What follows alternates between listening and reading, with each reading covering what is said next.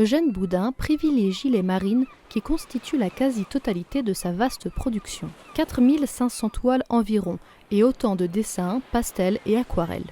Il a hérité de cette passion pour la mer de son père, marin sur les bateaux assurant la liaison Le Havre-Hambourg, et de sa mère aussi, qui accompagnait son mari en tant que femme de chambre. Boudin lui-même, dans sa jeunesse, avait été mousse sur les bateaux reliant Le Havre à Honfleur, sa ville natale. De là cette attention scrupuleuse, presque maniaque, au moindre changement de la lumière, au jeu du vent sur la mer et aux atmosphères marines.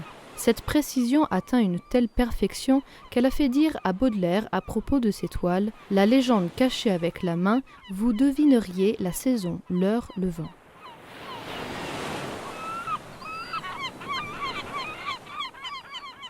Dans le cas de ce tableau, le titre « Vue du bassin de Trouville » nous indique seulement la ville et le lieu. Mais suivant la suggestion de Baudelaire, on peut aisément deviner la brise marine qui fait avancer le bateau au premier plan. On pourrait aussi indiquer la direction du vent, en observant que le bateau rentre vers le bassin droit devant lui et que les voiles sont bien remplies d'un vent léger qui les frappe en oblique. On peut aussi deviner le moment de la journée, suggéré non seulement par le retour du bateau vers la rive, mais grâce aussi aux couleurs du ciel et de la mer, qui offrent l'effet d'un continuum laiteux, comme s'ils voulaient se confondre et s'unir malgré la mince ligne sombre de la côte qui les sépare.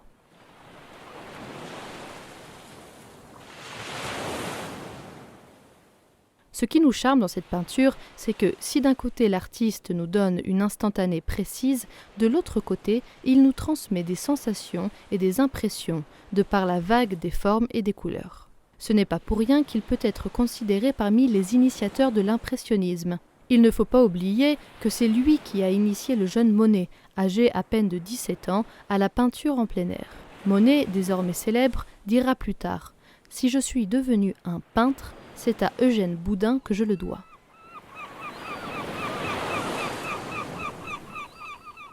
L'impression forte de ce tableau est provoquée essentiellement par les proportions du ciel, le vrai protagoniste, qui occupe les 2/3 de la toile et qui baisse automatiquement la ligne d'un horizon indéterminé et arrondi.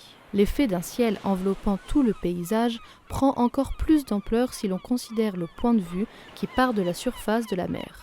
Aux yeux du spectateur s'ouvrent des espaces sans limite physique qui donnent une sensation de totale liberté. Cette volupté dans la description du ciel de la Normandie a valu à Boudin l'épithète créée par son ami Camille Corot de « roi du ciel ». En réalité, cette focalisation sur le ciel est obtenue grâce à une peinture pâteuse mais d'une grande luminosité qui laisse dans l'ombre tout autre élément. La côte et le bateau au premier plan sont sombres.